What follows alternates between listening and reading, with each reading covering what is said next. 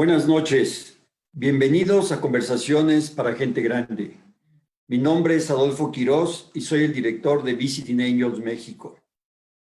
Hoy tenemos el gusto de compartir con todos ustedes la participación del doctor Héctor Moyano con el tema Riesgo de caídas en el adulto mayor. El doctor Héctor Moyano es un fisioterapeuta con gran pasión por la docencia e investigación, con experiencia en rehabilitación física, terapia respiratoria o pulmonar, atención al paciente crónico con secuelas de trauma cráneo-encefálico y evento cerebrovascular, atención en servicios de urgencia, hospitalización, unidad de cuidados intensivos y paliativos, postquirúrgicos, de reemplazo total de cadera, reemplazo total de rodilla, consulta externa y atención domiciliaria para el paciente adulto y adulto mayor. Esta es parte de su gran experiencia y no me resta más que darle la bienvenida a Héctor. Héctor, adelante. Buenas noches, señor Adolfo. Muchas gracias por la invitación. Gracias a la audiencia que nos está acompañando esta noche. Y bueno, pues sin más preámbulos vamos a hablar de el riesgo de caída o la caída en el adulto mayor, que es un tema que nos atañe a muchos, que tenemos familiares, que tenemos adultos mayores en la familia, que trabajamos también en el área del cuidado. Es muy importante el abordaje integral del adulto mayor. Antes de hablar de caída como tal, vamos a dar algunos datos epidemiológicos, pero primero les quería traer esta imagen con una frase pequeña que, dice, la caída es un síntoma. Alguna vez platicábamos con alguien, el síntoma quiere decir que hay algo más de fondo, hay algo más atrás, y la caída es un suceso que se dio, pero es un síntoma de algo. ¿De qué puede ser? De múltiples factores, es un síntoma que viene empujado multifactorialmente por alguna comorbilidad del paciente o del adulto mayor. Entonces, para que tengamos muy presente esto y para que algunos de pronto lo puedan resumir en una frase, para que lo tengan muy presente, es la caída es un síntoma. Quiere decir que si mi familiar, mi papá, mi mamá, yo mismo me caí, hay algo que está pasando, hay algo que se desequilibró en mí. Entonces, ¿por qué tenemos que hablar el riesgo de caídas? Porque son muy frecuentes, y finalmente hablar de caídas es hablar de morbimortalidad. Amenazan la independencia funcional, tienen una alta morbimortalidad, es decir, generan enfermedades o alteraciones que pueden llegar a desencadenar en el fallecimiento del paciente, de nuestro paciente, y es la causa principal de lesiones severas en el adulto mayor. Por eso la importancia de que tengamos muy presente el abordaje y entendamos de manera mucho más global la caída. Vamos a hablar de unos datos epidemiológicos. La Organización Mundial de la Salud habla que el 40% de los adultos mayores se cae. Ya es un dato estadístico donde es una alta prevalencia de caída en adulto mayor. Varía un poco de país a país, porque en algunos países se estima que adulto mayor es mayor de 65, como en Estados Unidos. En México se habla de 60, 62 años para ya hablar de un adulto mayor. El 50% de los adultos mayores de 80 años se cae. Entonces, ya cuando hablamos de una persona octogenaria, aumenta el riesgo de caídas. La mitad de los pacientes, de las personas adultas mayores de 80 años, se caen. El 60%, este dato es bien importante porque a veces pasamos por alto, el 60% de las personas que se caen se volverán a caer en los próximos 12 meses. En ese rango de tiempo, es decir, se cayó hace 2 meses, entonces estadísticamente ya está demostrado que hay un riesgo de que se vuelva a caer en los próximos 12 meses.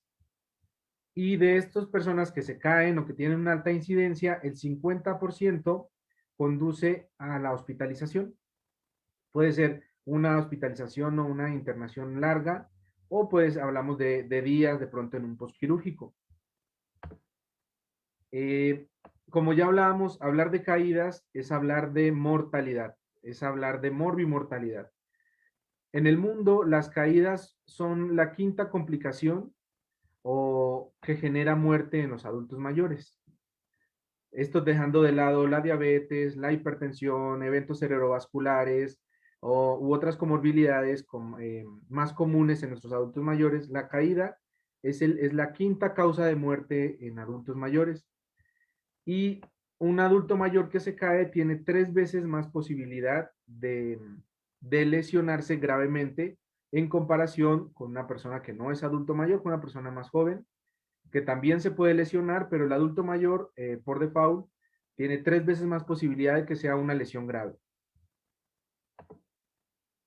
Algo que alguna vez comentábamos en un seminario, hablábamos del síndrome post-caída.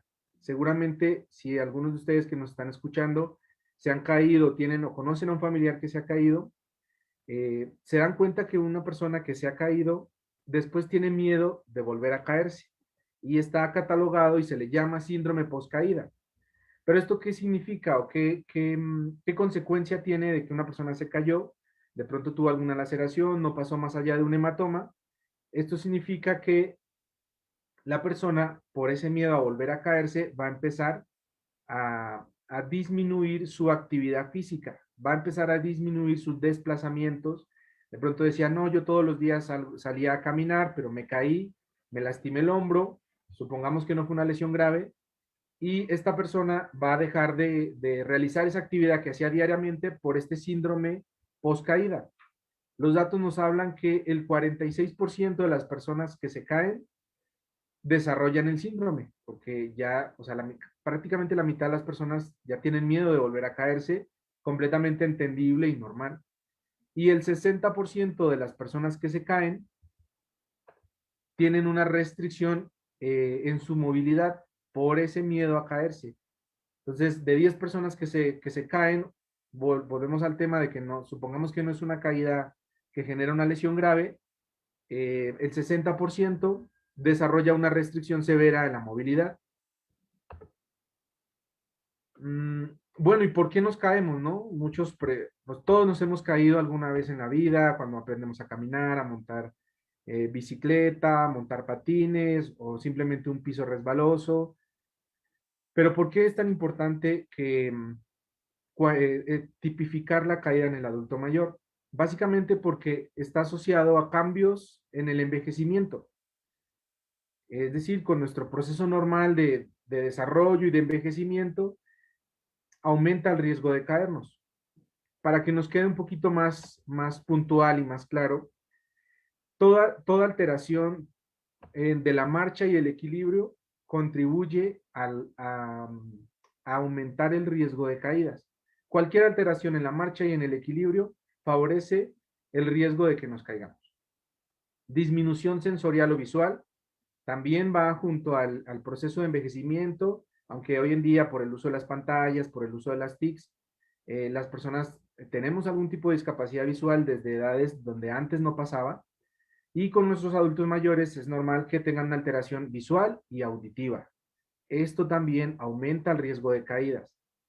La posibilidad o los pacientes, los adultos mayores desarrollan artrosis, atrofia muscular, que es finalmente la disminución de la masa muscular, sobre todo si hablamos de una persona sedentaria o que no está acostumbrada a realizar ejercicio físico de manera frecuente. Alteración en la conducción sanguínea y nerviosa del oído interno. De pronto algunos de ustedes tienen algún familiar que tiene alteraciones del oído interno y del oído medio.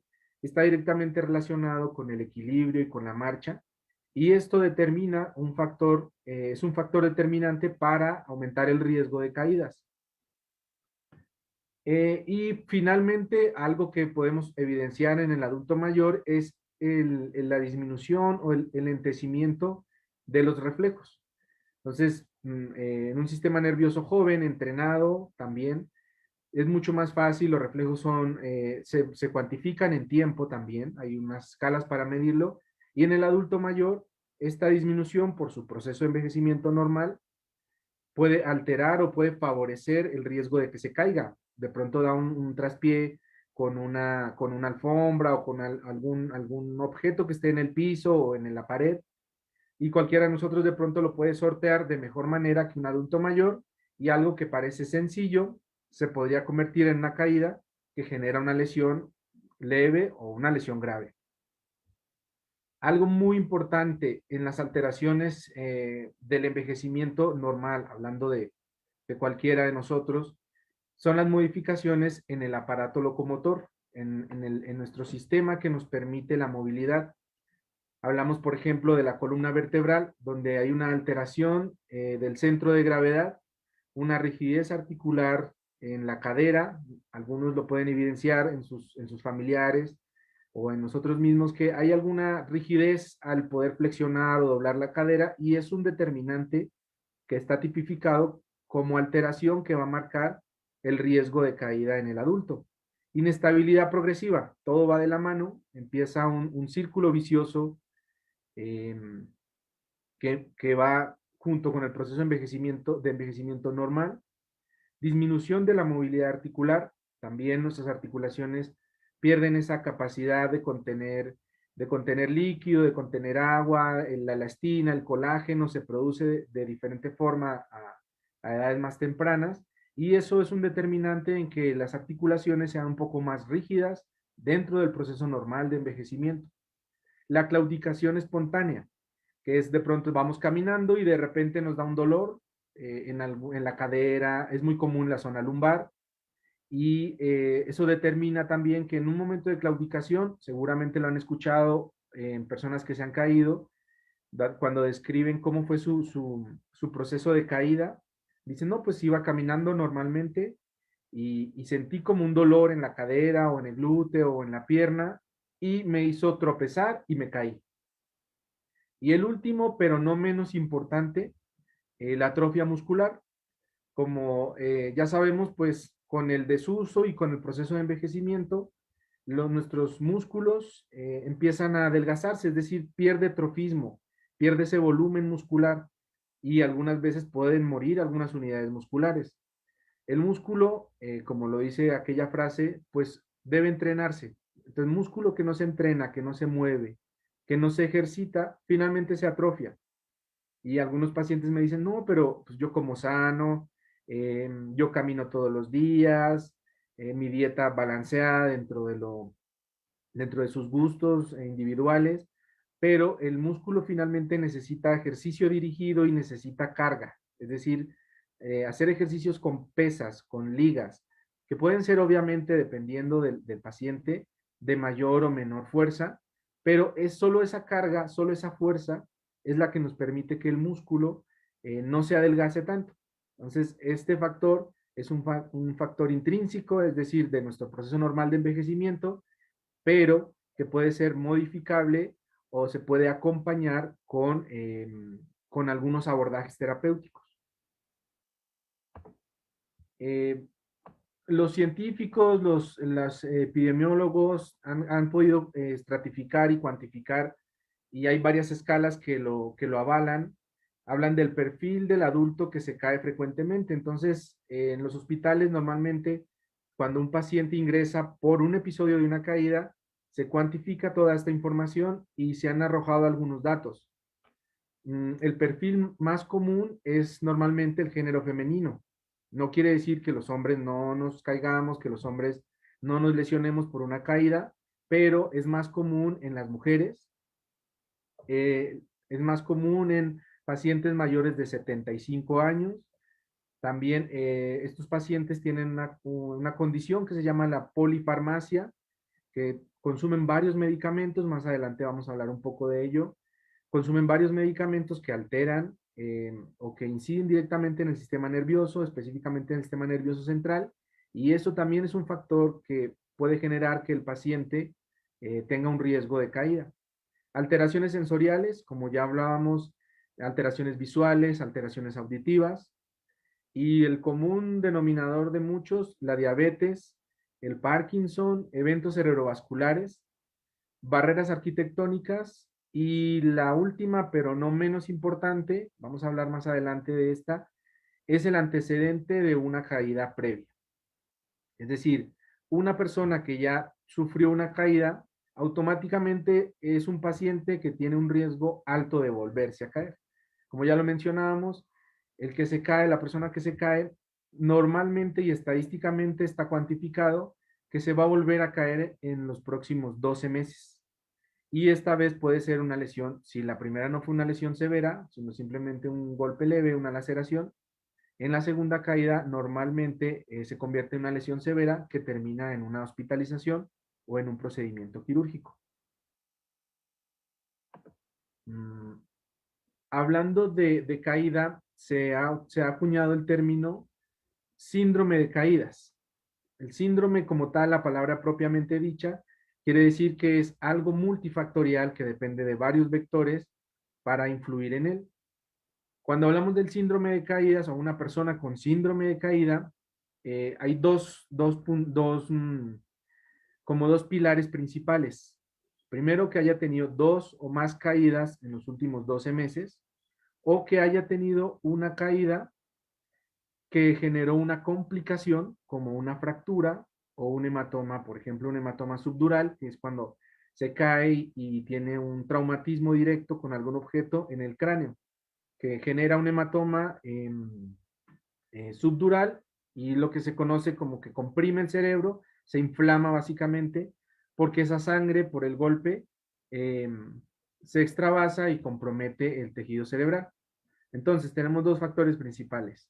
La persona que se ha caído dos veces, dos o más veces en los últimos 12 meses, o la persona que se cayó y de esa caída derivó en una fractura o en un golpe, un traumatismo craneoencefálico que genera normalmente una hospitalización. Esa persona ya hablamos de que sufre o tiene un síndrome de caídas. Para que de pronto vayamos pensando, normalmente cuando hacemos estas pláticas, inmediatamente nos viene a la cabeza alguien muy puntual o nosotros mismos quizá y podemos decir, pues yo estoy en un riesgo de caídas o esta persona tiene este síndrome de caída. Mm, Factores predisponentes. La mayoría de los síndromes o cuando hablamos de caída, claro que va de la mano con el proceso de envejecimiento, pero hay muchos factores que se pueden modificar.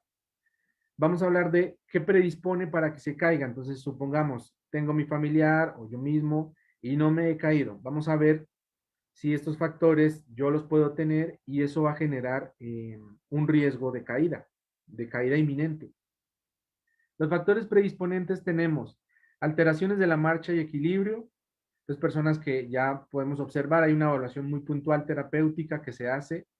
Alteraciones neuromusculares como enfermedades neurodegenerativas o alteraciones por caídas o polifarmacia que hablábamos anteriormente. Edad avanzada, ya hablamos de pacientes mayores de 60 años. Hipotensión ortostática y demencia. Hipotensión ortostática, de pronto aquí surge una pregunta por el término, algunos de pronto lo han escuchado, es cuando hay un cambio en la tensión, se baja eh, la tensión arterial cuando yo me cambio de posición. Entonces no sé si a algunos les ha pasado que se ponen de pie y sienten un mareo. Y esos mareos se conoce clínicamente como hipotensión ortostática.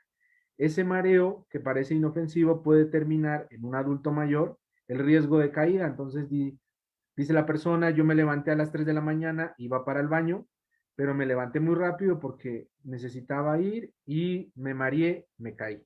Entonces, ese mareo está relacionado con el cambio de tensión arterial por la posición.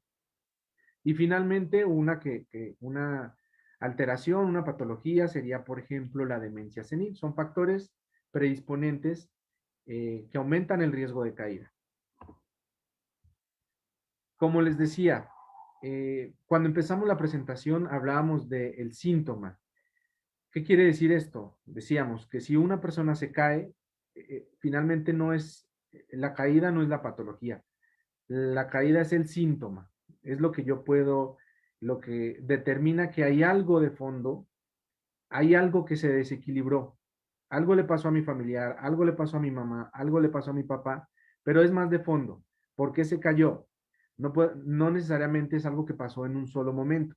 sino ya lleva un antecedente de morbilidad, es decir, alguna enfermedad, alguna alteración ya está pasando ahí atrás y no la hemos detectado.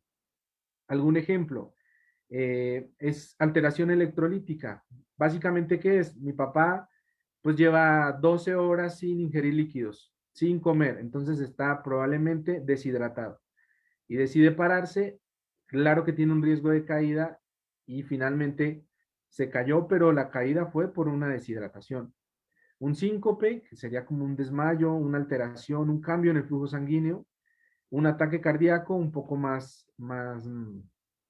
alteración mayor, que puede ser por varios factores, una isquemia coronaria, de pronto una placa ateromatosa, pero ya, digamos, es de fondo, y un evento cerebrovascular que también es muy común, o el coloquialmente llamado derrame cerebral, que tenemos dos presentaciones o dos lesiones vasculares, que es una isquemia o un derrame, que también finalmente, o muchos pacientes dices que yo iba caminando, sentí como un mareo y ya no pude controlar mi pierna derecha o mi pierna izquierda, y es porque tienen de pronto un ictus o un evento cerebrovascular que puede ser transitorio o permanente.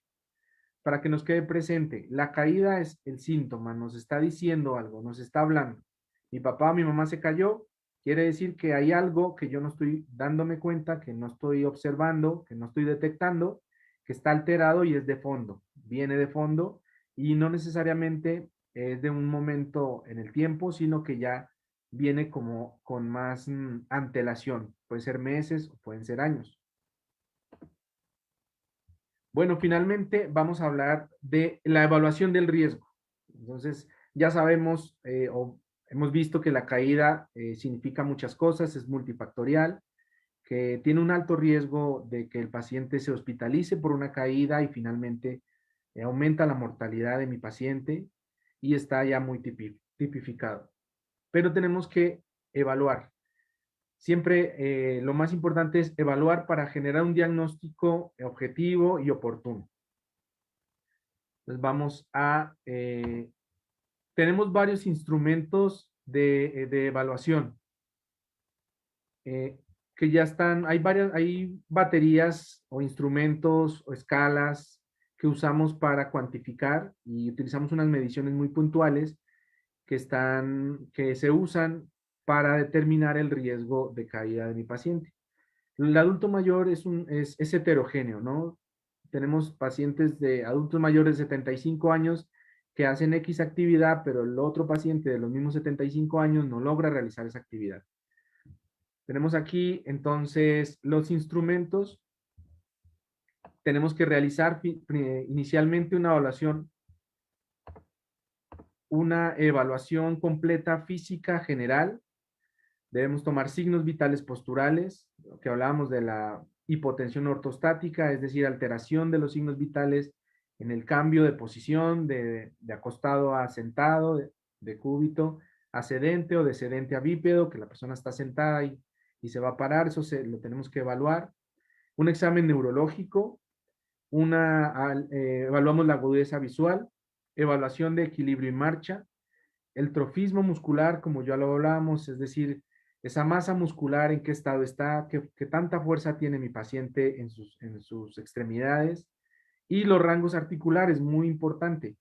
Probablemente ustedes han notado en sus familiares, en ustedes mismos, que ya no logran realizar ciertos movimientos que antes sí lograban. Claro que va acompañado con el proceso de envejecimiento, pero hay unos rangos de tolerancia para esto.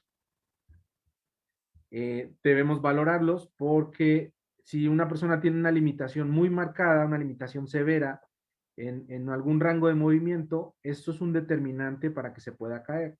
Por ejemplo, mi papá no puede levantar bien la rodilla, la pierna para ascender, para subir escalones. ¿Qué quiere decir? Que no tiene una adecuada flexión de cadera, una adecuada flexión de rodilla, y esto va a hacer que probablemente tropiece y tenga una caída en una escalera. Tenemos aquí el primer test, hay varios tests, les quiero compartir tres puntuales que usamos en la evaluación fisioterapéutica en el riesgo de caída del adulto mayor. El primero de ellos es el test de Tinetti. Entonces, tiene básicamente 9 elementos y evalúa el equilibrio y la marcha. Es una batería eh, que tiene varios ítems donde evaluamos el inicio de marcha y la longitud y altura del paso. Se genera una cuantificación de 0 o de 1, dependiendo si lo hace o no lo hace. Y finalmente a esto generamos una puntuación y vamos y determinamos el riesgo o la alteración que tiene en el equilibrio y la marcha. La siguiente que usamos es el test de Get Up and Go. En este test, el siguiente, vamos a poner la siguiente.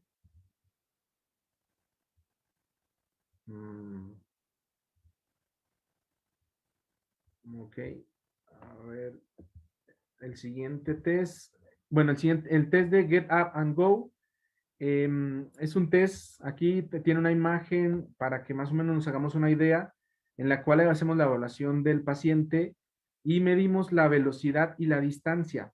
Entonces, básicamente, el test de Get Up and Go consiste en que el paciente está sentado y se coloca de pie sin apoyarse de los brazos. Luego hace un desplazamiento de 3 metros, rota 180 grados y vuelve a su posición inicial. En este tenemos en cuenta el tiempo y la edad.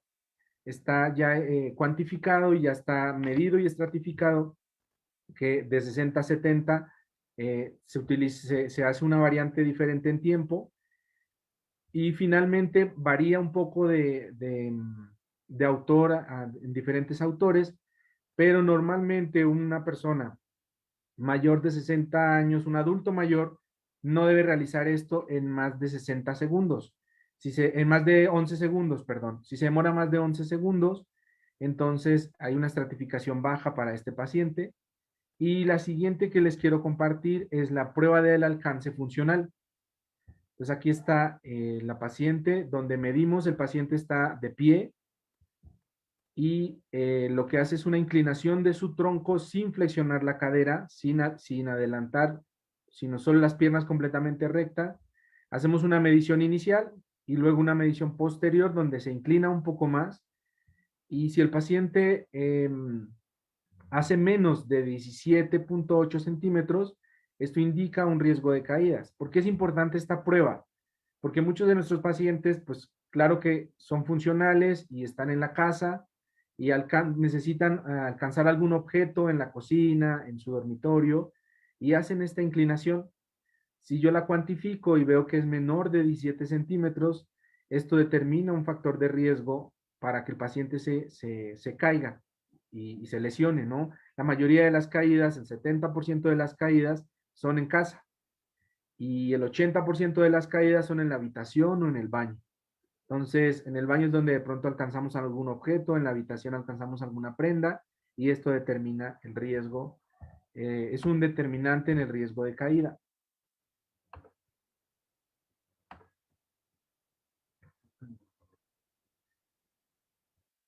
Tenemos ya finalmente para ir cerrando, lo que más les puedo decir yo con nuestros adultos mayores es prevención y más prevención. De pronto, si alguno de ustedes ha tenido la experiencia no tan grata de una caída de un familiar que terminó en hospitalización, se puede dar cuenta de que hay cosas que pudiésemos haber hecho antes y hubiese evitado que el paciente tuviese la caída y terminara en una hospitalización que muchas veces termina en una cirugía o en internaciones prolongadas donde el paciente empieza a complicarse por otros factores relacionados a la hospitalización y no a su caída. Entonces tenemos 4 pilares principales para la prevención de caídas en adultos mayores. El primero de ellos, para que por favor lo anoten ahí y lo tengan muy presente en las valoraciones con su médico internista o el geriatra. Lo primero de ello es revisar la medicación. Revisar la medicación, porque muchos pacientes, la mayoría de nuestros adultos mayores, tienen varios medicamentos dependiendo de su patología o para qué lo usen. Pero la medicación es importante porque estos medicamentos son medicamentos que influyen en el sistema nervioso central y entre ellos tenemos las benzodiazepinas, que son de las más comunes, los antidepresivos, los antipsicóticos, los hipoglucinantes para el paciente diabético y el antihistamínico. Entonces, cuando normalmente se administra a un paciente o se empieza a administrar un medicamento narcoléptico, o medicamento que va al sistema nervioso central, se hace en pequeñas dosis y se va midiendo cómo reacciona ante cierto medicamento y ante cierta dosimetría para evitar estas complicaciones. Porque es muy común y lo veo varias veces en la consulta que el paciente, el familiar normalmente refiere, es que, por ejemplo, tenía un dolor neuropático, por ejemplo, y el médico le da alguna medicación para el dolor, ¿no? Hay un espectro amplio de medicamentos analgésicos, pero como tiene tanto dolor, a veces de pronto el paciente por iniciativa propia toma un poco más y esto generó que el paciente estuviese muy somnoliento y cuando se fue a levantar del sofá se tuvo un síncope y se desmayó, se cayó y finalmente terminó en una caída que genera, por ejemplo, un trauma o una fractura. El segundo pilar, evaluación sensitiva. Acuérdense, evaluación auditiva y evaluación visual. El paciente, por nuestro proceso normal de envejecimiento, podemos tener alguna alteración auditiva y alguna alteración visual que claramente compromete nuestra habilidad para sortear los obstáculos de la habitación o en el baño o en la casa o en la calle. El tercer pilar de la prevención es la seguridad en casa.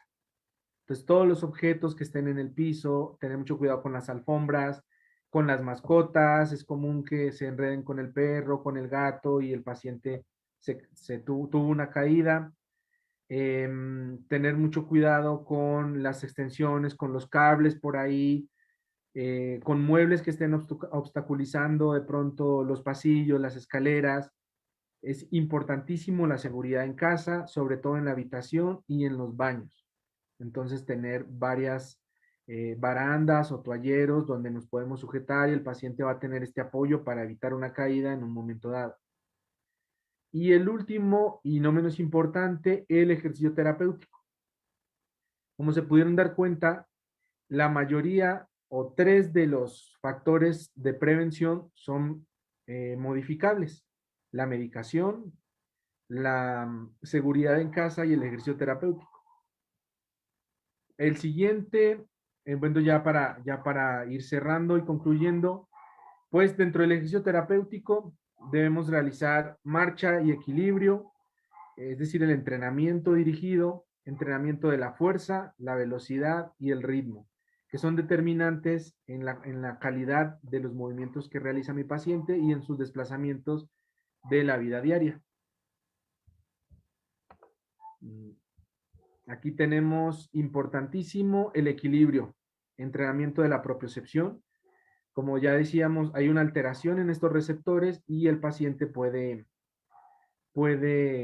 entrenar, eso se entrena. Aparte del proceso de envejecimiento normal, que hay una alteración en la conducción nerviosa, pero es importante entrenarlo y de forma diaria o de forma con cierta frecuencia. Aquí entrenamiento en los cambios de posición, aquí es para entrenar al paciente al ascenso y descenso de escaleras, donde muchas veces se caen los pacientes. En la siguiente, entrenamiento de fuerza y equilibrio, importante porque si lo pueden notar, muchos de nuestros familiares no pueden o tienen alteraciones cuando van a alcanzar algún objeto y les cuesta. Aquí tenemos un paciente que está entrenando o sorteando varios obstáculos, un adulto mayor que tiene una adecuada habilidad para mantener el equilibrio con apoyo en un solo pie. La postura, importantísima la postura en nuestros adultos mayores, igual por el proceso de envejecimiento normal y atrofia muscular, la musculatura de la espalda, sobre todo de la región dorsal, de la región cervical, se atrofia y el paciente empieza a presentar la famosa, la jorobita o la cifosis como tal, cabeza adelantada, y cada vez tiene menos visual al horizonte y más visual al plano inferior, hacia el piso. Importantísimo la postura. Aquí en la otra imagen podemos ver cambios de posición, y en la última que tenemos aquí, aprender a levantarse, entrenar a nuestro paciente para cuando ha sufrido una caída. Es importante entrenarlo a enseñarle a que se levante, porque muchas veces pues no tiene como esa habilidad y se lesiona más al intentarlo hacer. Aquí les comparto básicamente, lo primero que todo es tranquilizarse, hace una rotación, debe rolar y luego gatear a un objeto, a una silla más cercana para poderse levantar en cuadrúpedo y poderse de nuevo reincorporar. Es muy importante, aunque idealmente no nos debemos caer, pero si ya pasó, hay que entrenarlo. Aquí en esta última imagen, fuerza muscular, con pesas, como les decía, con ligas, debe ser siempre dirigido. A veces nuestros abuelitos son muy activos, pero por levantar pesos excesivos o en ángulos que no son los adecuados, se lesionan mucho, sobre todo los hombros, porque son articulaciones que tienen un paquete nervioso, que tienen varios tendones y son fáciles de lesionar. Y para concluir, antes de las preguntas, todos los adultos mayores deben ser valorados, todos, todos. Es como el pasaporte. Todos los adultos mayores deben de tener su pasaporte, su credencial de que se evaluaron y tienen un riesgo bajo, un riesgo medio o un riesgo alto de caída para poder prevenir. Acuérdense que la importancia de estas pláticas, la importancia del abordaje en la atención primaria es la prevención, porque ya después de una caída pues empieza todo un círculo vicioso de hospitalización, de infecciones, es un poco más complicado. Esto es importante. Muchos abuelos, muchos adultos mayores ocultan que se han caído. No sé si de pronto les ha pasado que luego, es que me caí. ¿Y hace cuánto? No, hace un mes. ¿Y por qué no nos había contado? Porque les da pena como tener que molestar. Muchos me dicen, es que no siento, no, siento que fue simplemente una caída, pero recuerden que hay algo más de fondo. Entonces, estar interrogando siempre a nuestro familiar, no debe tener pena de una caída, es completamente normal, pero si nos dice a tiempo, podemos prevenir. Revisar los medicamentos, de nuevo, importantísimo, los medicamentos que esté tomando el paciente y una detección del riesgo mediante el diagnóstico. Como ya les compartí algunas baterías, algunas escalas, lo más importante es diagnosticar adecuadamente mediante una evaluación muy completa para determinar el riesgo que tiene mi paciente, mi familiar, de caerse y posteriormente tener una lesión que puede ser leve o puede ser una lesión severa. Muchas gracias. No sé si tienen alguna pregunta.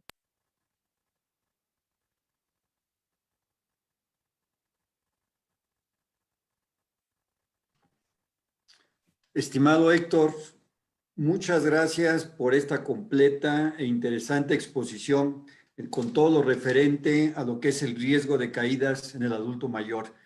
Creo que ha Con sido todo. una ponencia de gran ayuda para todos los que tenemos la fortuna de tener algún adulto mayor cerca. Y aquí tengo algunas preguntas que quisiera plantearte. Sí, claro que sí. Dice, ¿en qué momento es adecuado o con qué frecuencia hacer una valoración al adulto mayor, refiriéndose a toda su parte motriz? Eh, pues inicialmente, al ser adulto mayor, hubo una valoración única, inicial, es decir, si no ha tenido de pronto ninguna caída, ninguna claudicación, pues idealmente en cualquier momento después de que ya es adulto mayor. Y si de pronto observamos nosotros que tiene alteraciones en la marcha o hemos observado algunos cambios en nuestro familiar, nuestro paciente, pues idealmente lo más pronto posible, como les decía, para poder determinar el riesgo y prevenirlo. Ok. Tengo aquí otra pregunta que me dice, además de tus recomendaciones para evitar caídas en casa, cómo debemos de manejar la mecánica con nuestro adulto mayor para convencerlo de en ocasiones de retirar algún mueble, alguna mesa o algún tapete que puede ser motivo de un accidente. Pues yo normalmente, y es común porque hay adultos mayores que son muy activos, pero claro que quieren apoyarnos, quieren ayudar. Yo lo que les explico es el riesgo que tienen de una lesión que va a terminar en una intervención mayor, que no necesariamente sea quirúrgica, sino que de pronto esta lesión genere una limitación. Entonces, lo que le podemos decir a nuestro familiar es, claro que cuentas, que me gusta contar con tu apoyo, pero tienes que medirte para evitar que te lesiones. Y no, y lo hago, y explicarle que es más bien, que es por el bien de él o de ella y no que no queremos que nos ayude o que se sientan ellos que no son funcionales. Claro que son muy funcionales, pero es que se den cuenta que se pueden lesionar y que eso significará mayores intervenciones, que se va a significar que ya no va a poder realizar lo que realizaba antes. Aquí más que nada yo creo que se refieren a la parte de lo que viene siendo el entorno del hábitat, donde hay muebles que ellos se Ah, resisten ok. a mover, que ellos se resisten a que sean Ah, sí, sí, sí. cambiados de su ubicación, no obstante que esto es un riesgo para ellos mismos, ¿no? Para su integridad física. Barreras arquitectónicas como tal. Sí, sí, sí, común, que tienen algún mueble, alguna cómoda, alguna mesa y claro que están en el obstáculo. Lo que yo les recomiendo siempre es explicarle que las áreas de tránsito deben de tener más o menos unos 80 centímetros a 1 metro de espacio para que yo pueda pasar. Y a partir de eso ya el paciente, ok, entonces se negocia de que vamos a liberar este espacio para que se cumpla como la norma. Ujú. Y básicamente es eso, que todas las áreas de tránsito debe haber un pasillo virtual, un pasillo invisible de mínimo 80 centímetros dependiendo de la contextura física de la persona que transita o de las personas que se mueven por esa área. Y las escaleras, ¿cuál es tu recomendación en las casas que son de 2 pisos y tienen una escalera de acceso? Mi recomendación principal, las alfombras bien fijas e idealmente barandales a ambos costados.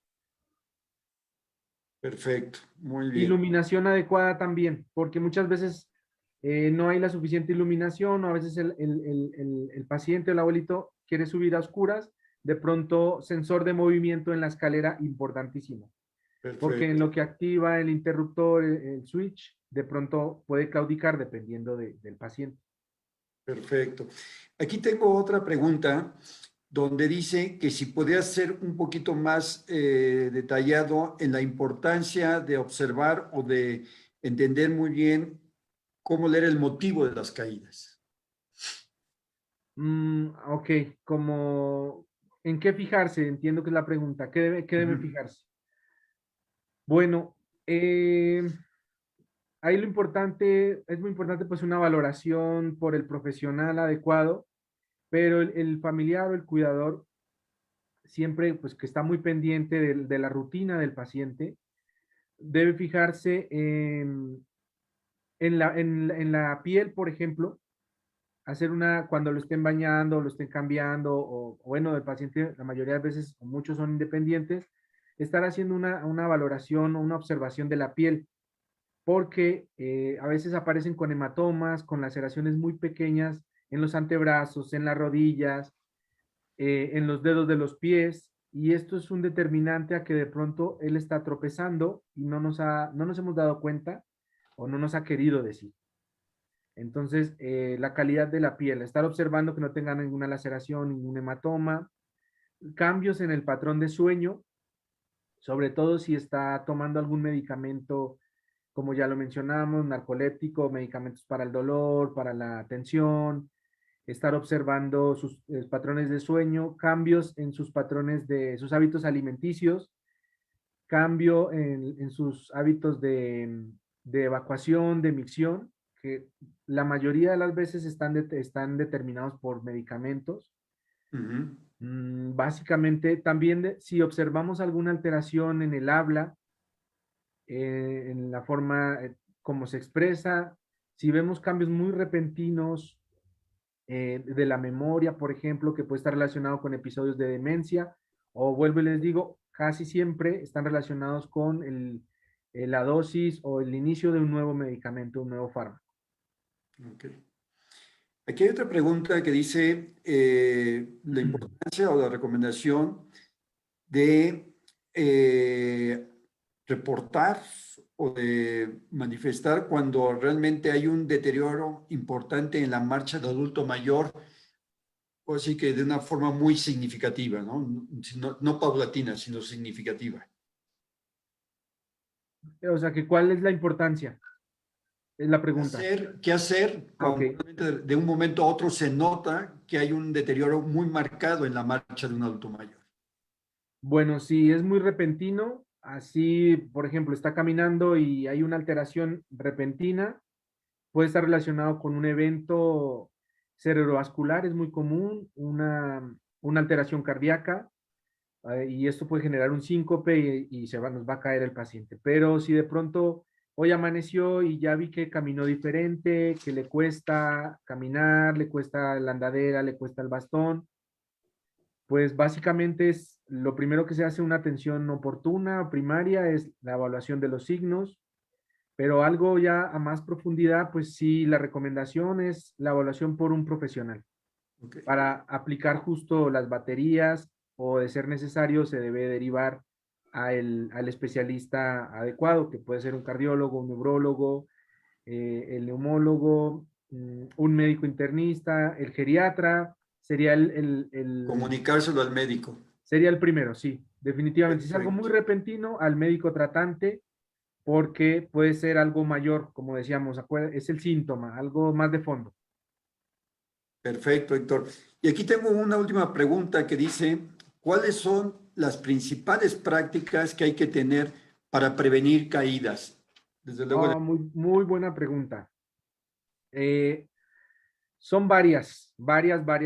Entonces, la primera, vigilancia, ¿no? Vigilancia, lo que hablábamos, vigilar medicamentos, vigilar cambios. La segunda, barreras arquitectónicas. Entonces, lo que hablamos del mueble, la iluminación, la alfombra, el calzado, importantísimo, el calzado del paciente. Muchos pues usan pantuflas en casa. La recomendación es no pantuflas. Zapato completo debe cubrir al menos 3/4 del talón. La punta debe ser la punta del zapato ancha para que permita un agarre de los dedos y debe tener una almohadilla o un descanso en el talón. Debe ser completo y debe cubrir. Importantísimo el calzado. No saben la cantidad de pacientes que se caen solo por el uso de pantuflas. Un abordaje pues muy importante, definitivamente la actividad física. Entrenamiento de equilibrio y marcha, pero no solo es que camine diariamente, que claro que es importante. Lo importante es que lo haga bien, que lo haga con los ajustes adecuados, porque muchos, pues sí, caminan, pero resulta que está apoyando mucho la andadera, también se caen con la andadera, es muy común porque no lo están haciendo de manera adecuada. Entonces, mi recomendación principal es en ese aspecto, ejercicio físico diario, dependiendo obviamente del estado de mi paciente, de sus capacidades físicas, se va a hacer un ejercicio bajo o con menor intensidad, con intensidad media o con intensidad más alta. E idealmente siempre debe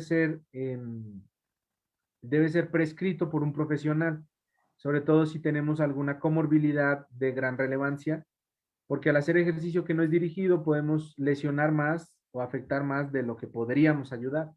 Eso es importante. Ejercicio prescrito, bien dirigido. ok. Aquí me llega una pregunta, Héctor, que dice que si habría manera en alguna sesión, y yo creo que sí, estoy seguro, me estoy adelantando a responder por ti, de poder dar una sesión donde sea una especie de entrenamiento para poder cuidar al adulto mayor en casa.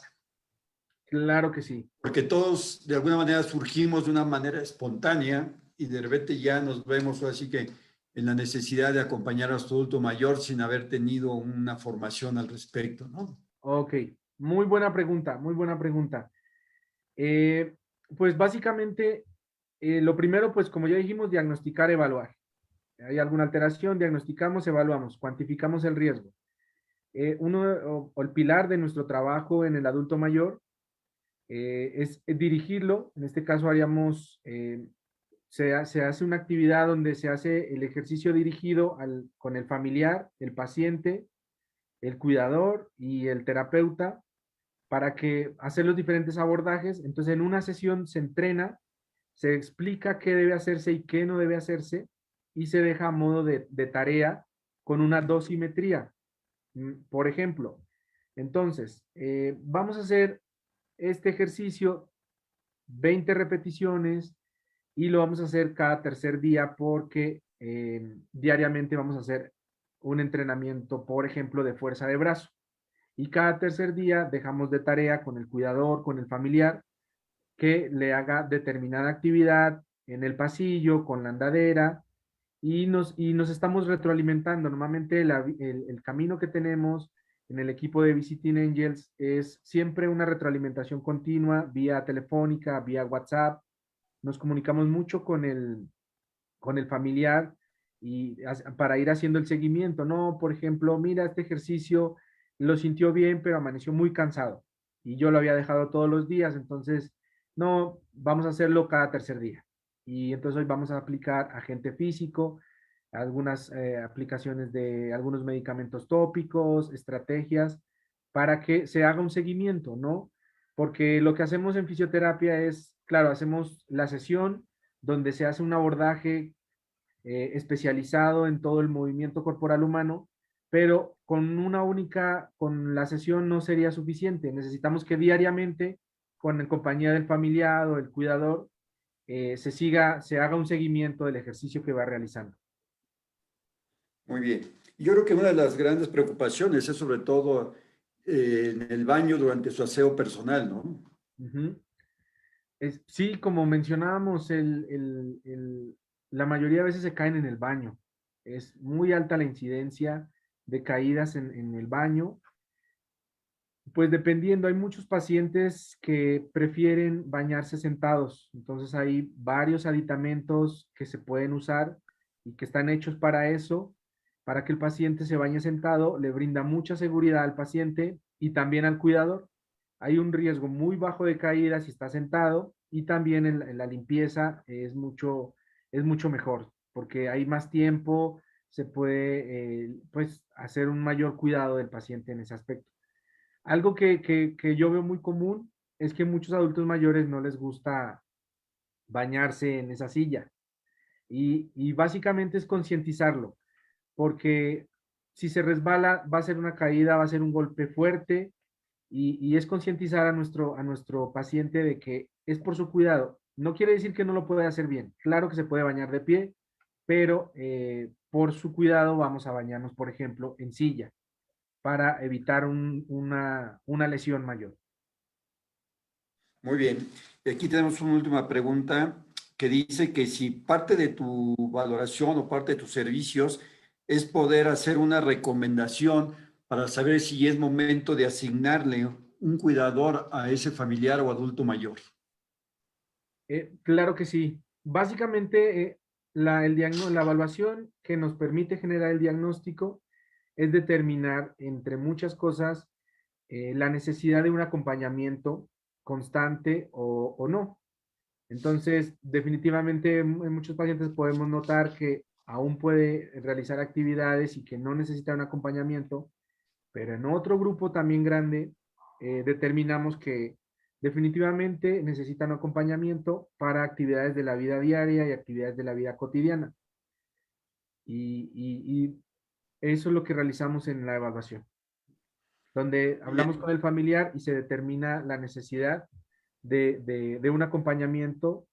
Muchos pacientes necesitan acompañamiento solo para ciertas actividades, otros necesitan acompañamiento, pues básicamente por más tiempo para sus actividades durante todo el día, pero solo la funcionalidad es lo que lo determina.